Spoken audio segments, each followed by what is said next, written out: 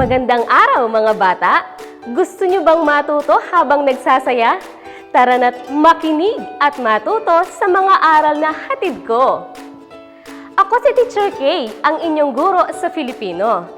Basta batang Filipino, siguradong listo, matalino at bibo. Lilinangin natin ngayon ang pinakamahalagang kasanayang pampagkatuto na nagagamit ang pangkalahatang sanggunian sa pagtitipon ng mga datos na kailangan. Bago tayo magsimula, tayo muna ay magbabalik-aral sa aralin. Bakit mahalagang matutuhan nyo ang pagbibigay ng sariling opinyon o reaksyon hinggil sa mga napapanahong issue sa inyong komunidad o sa lipunang inyong kinabibilangan? Tama!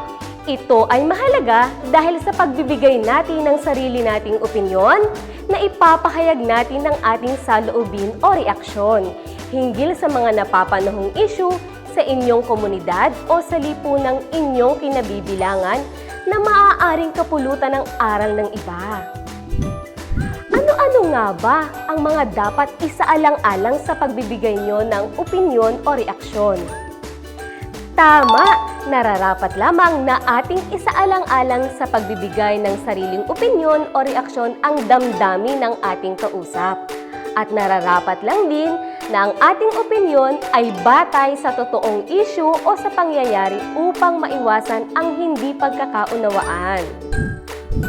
Mga bata, maaari bang isipin o ipagpalagay nyo na lahat ng inyong opinyon o reaksyon hinggil sa mga bagay-bagay ay tama sa lahat ng oras? Tama muli kayo, hindi! Hindi natin maaaring laging isipin at ipagpalagay na lahat ng ating opinyon o reaksyon hinggil sa mga bagay-bagay ay tama. Lalo na at ito ay walang basihan o ito ay nasasabi lamang natin dahil ito ang ating nararamdaman. Lagi nating isipin na ito ay sarili nating opinyon at maaaring ang ibang tao ay may iba ring opinyon tungkol sa isyong ito. Napakahusay nyo mga bata! Talagang nakinig kayo sa ating talakayan sa nakalipas na aralin. Ngayon naman ay tutungo tayo sa bago nating aralin. Gusto nyo bang maglaro? May inihanda akong laro na tiyak na kagigiliwan ninyo. Handa na ba kayo? Tara, simulan na natin! Ang laro natin sa araw na ito ay hanap salita. Titingnan niyong mabuti ang hanap salita at itatala ang mga salitang inyong makikita. Bibigyan ko kayo ng 2 minuto upang hanapin ang mga salita.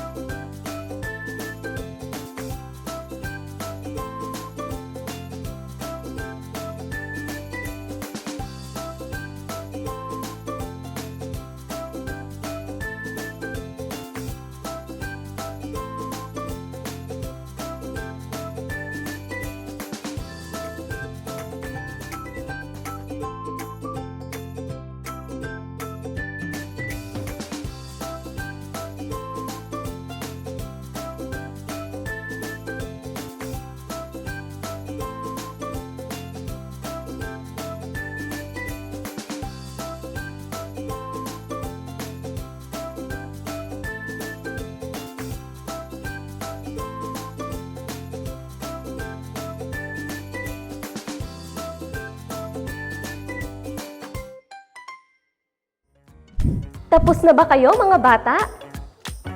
Ngayon naman ay atin na itong sagutin.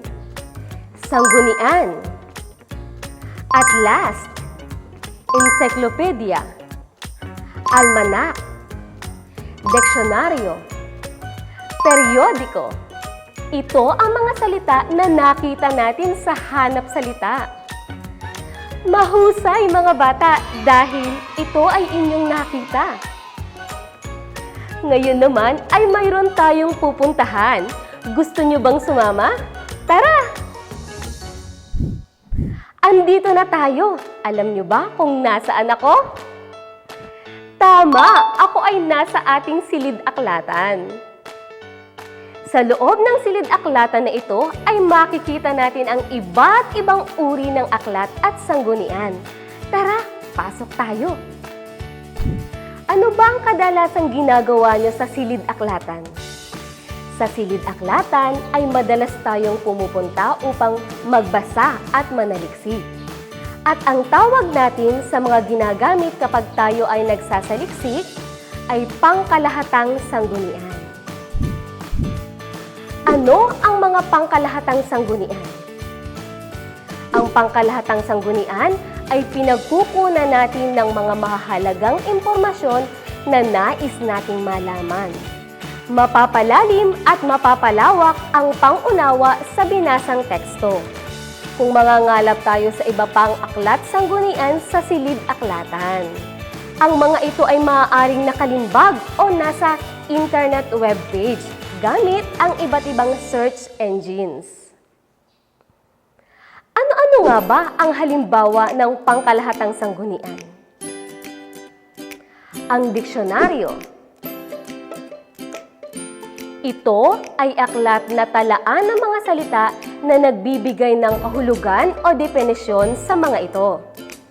Ibinibigay rin ang wastong pagbigkas, wastong gamit at wastong pagdadaglat. Nakaayos ng paalpabeto ang mga salita rito. Ang tesauro. Ito ang aklat na talaan ng mga salita at ng mga kasing kahulugan nito. Ito naman ang encyclopedia. Ginagamit bilang sanggunian sa paghahanap ng kaalaman tungkol sa iba't ibang larangan. Ito ay naglalaman ng malawak at komprehensibong artikulo tungkol sa iba't ibang paksa. Ito naman ang almanak. Ang taunang talaan o kalendaryo ng mga mahahalagang petsa at datos ng impormasyon na nangyari sa aktwal na pagkakataon.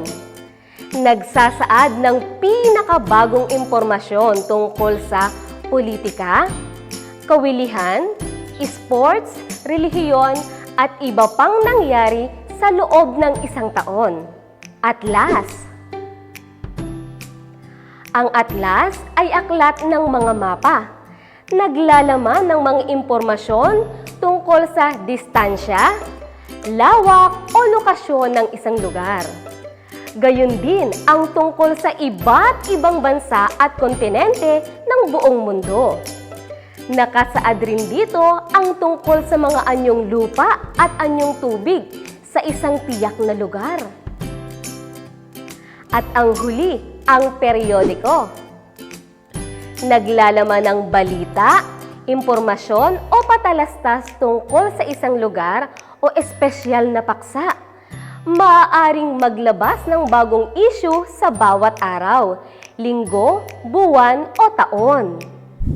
Ngayon ay handa na kayong sagutin ang ating pagsasanay. Oras na upang ihanda ang inyong ballpen at papel. Handa na ba kayo? Makinig mabuti sa aking babasahin dahil ibibigay nyo ang inilalarawang pangkalahatang sanggunian ng bawat pahayag.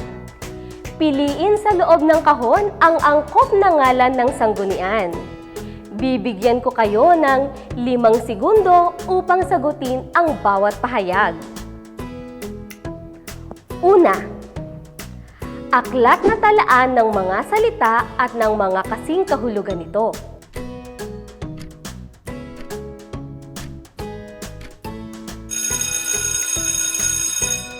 Ito ang tesauro. Tama ba ang inyong sagot? Mahusay! Ikalawa, aklat ng mga mapa. Naglalaman ng mga impormasyon tungkol sa distansya, lawak o lokasyon ng isang lugar. Gayon din ang tungkol sa iba't ibang bansa at kontinente ng buong mundo.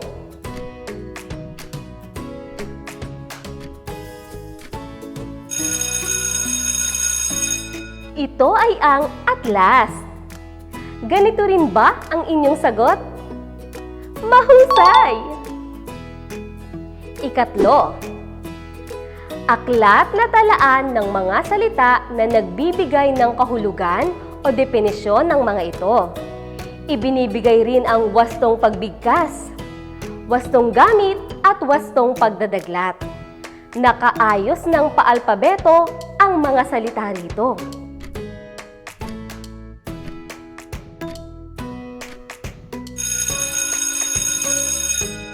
Ito ay ang diksyonaryo. Nakuha niyo ba? Mahusay mga bata! Ikaapat, ginagamit bilang sanggunian sa paghahanap ng kaalaman tungkol sa iba't ibang larangan. Ito ay naglalaman ng malawak at komprehensibong artikulo tungkol sa iba't ibang paksa.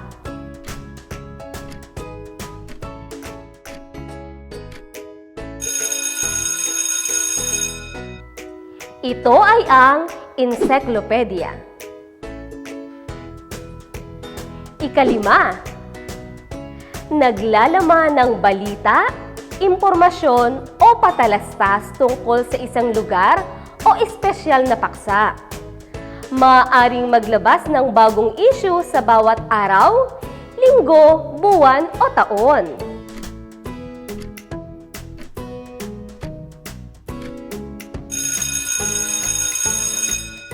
Periodiko ang sagot dito. Ika-anim,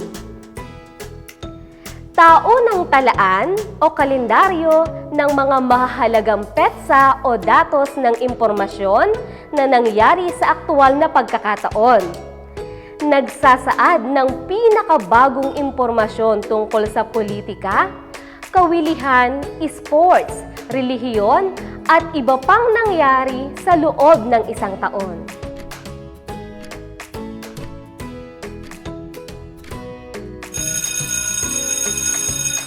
Almanak naman ang tinutukoy rito. Napakahusay mga bata! Ano kaya ang tawag sa mga naging sagot nyo? Ito ay ang pangkalahatang sanggunian. Mahusay! Ang pangkalahatang sanggunian ay ang pinagkukuhanan natin ng mga mahahalagang impormasyon na nais nating malaman. Mapapalalim at mapapalawak ang pangunawa sa binasang teksto kung mangangalap tayo sa iba pang aklat sanggunian sa silid-aklatan. Ang mga ito ay maaaring nakalimbag o nasa internet webpage gamit ang iba't ibang search engines.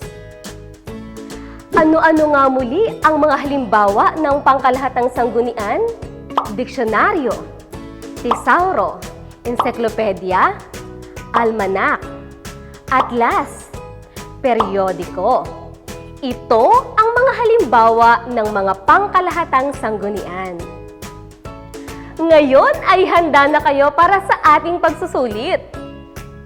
Oras na muli upang ihanda ang inyong ballpen at papel. Handa na ba kayo?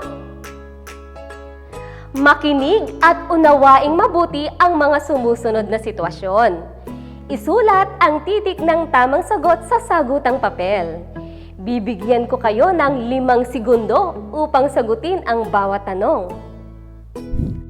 Una, alin sa mga sumusunod na sanggunian ang hahanapin ni Darrell sa paghahanap ng kasing kahulugan ng mga salita sa kaniyang pinag-aralan?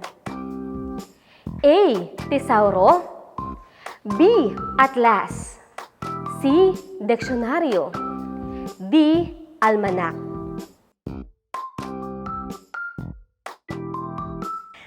Tama! Ang wastong sagot ay A. Tesauro. Ikalawa, nagbigay ng takdang aralin sa asignaturang Araling Panlipunan ang guro sa ika-6 na baitang ukol sa lawak, distansya at lokasyon ng bansang Pilipinas. Alin sa mga sumusunod na sanggunian ang gagamitin ng mga mag-aaral upang malaman ang tamang kasagutan sa tanong? A. Encyclopedia. B. Almanac. C. Atlas. D. Diksyonaryo. Tumpak! Letter C ang tamang sagot, Atlas. Ikatlong tanong. Mahilig magbasa si Earl. Sa kanyang pagbabasa, napansin niya ang di pamilyar na salita mula sa binabasang kwento. Di niya lubos na maintindihan sapagkat bago ito sa kanya. Pumunta siya sa kanyang silid-aklatan at hinanap ang kanyang kailangan. Ano ang kanyang kukuhaning sanggunian? A. Encyclopedia. B. Atlas. C. Almanac. D. Diksyonaryo. Tama! Ang sagot ay D. Diksyonaryo. Ika-4 na tanong. Sa mga balitang narinig ni Zian sa radyo at napanood sa telebisyon tungkol sa bansang India at Myanmar, nais niyang malaman ang katangian, paniniwala at iba pang impormasyon ng dalawang bansa. Agad niyang kinuha ang puwang sa kanyang silid. A. Tesauro. B. Encyclopedia. C. Almanac. D. Atlas. Magaling! Encyclopedia ang tamang sagot. Ika-5 tanong. Si Joshua ay magaling na manlalaro sa taekwondo sa kanilang paaralan. Gusto niyang malaman kung sino ang mga manlalaro na gumawa ng world record sa larangang ito. Ano ang gagamitin niyang sanggunian? A. Almanac. B. Encyclopedia. C. Atlas. O D. Tesauro. Magaling! Ang wastong sagot ay A. Almanac. Dahil wasto lahat ang inyong naging sagot, binabati ko kayo. Napakahusay nyo mga bata. Mga bata, sa kasulukuyang panahon, marami ang lumalabas o kumakalat na impormasyon tungkol sa iba't ibang bagay, tao at iba pa. Bilang isang mag-aaral, nararapat ba na ito ay kaagad mong paniwalaan? Paano nyo susuriin ang ganitong mga uri ng impormasyon? Tama, nararapat lamang na hindi tayo maniwala agad sa mga balita o impormasyon na ating naririnig. Dapat muna natin itong suriin kung totoo ba o hindi ang isinasaad ng mga ito. Matuto tayong magsaliksik at magbasa ng mga sanggunian na nagsasaad ng tamang impormasyon. Upang higit pa ninyong maunawaan ang ating aralin, may inihanda akong takdang aralin. Unawaing mabuti ang mga sumusunod na pangungusap. Isulat ang tama kung ang isinasaad ng pangungusap ay wasto. Mali kung ang pangungusap ay di wasto. Una, sa paghahanap ng kasing kahulugan ng mga salitang maganda, mataas, malawak, ang diksyonaryo ang tamang sanggunian na dapat gamitin. Ikalawa, nagsasaad ng tiyak na detalye at impormasyon tungkol sa isang bagay ang encyclopedia. Ikatlo, ang almanac ang nagbibigay kahulugan o definisyon ng salitang umalingaw-ngaw. Sumalipadpad at kumandirit. Ika-4, at last, ang makapagbibigay ng impormasyon tungkol sa tiyak na lokasyon ng anyong lupa at anyong tubig sa Luzon. Ika-5, talaan ng mga mahahalagang petsa o pangyayari sa aktwal na pagkakataon ang napapaloob sa Tesauro. Sana ay marami kayong natutunan ngayong araw. Muli, ako si Teacher Kay, ang inyong guro sa asignaturang Filipino. Basta batang Filipino, siguradong listo. Kaya, ugaliing manood at makinig dahil kay Teacher Kay, matalinong bata ka rin. Paalam!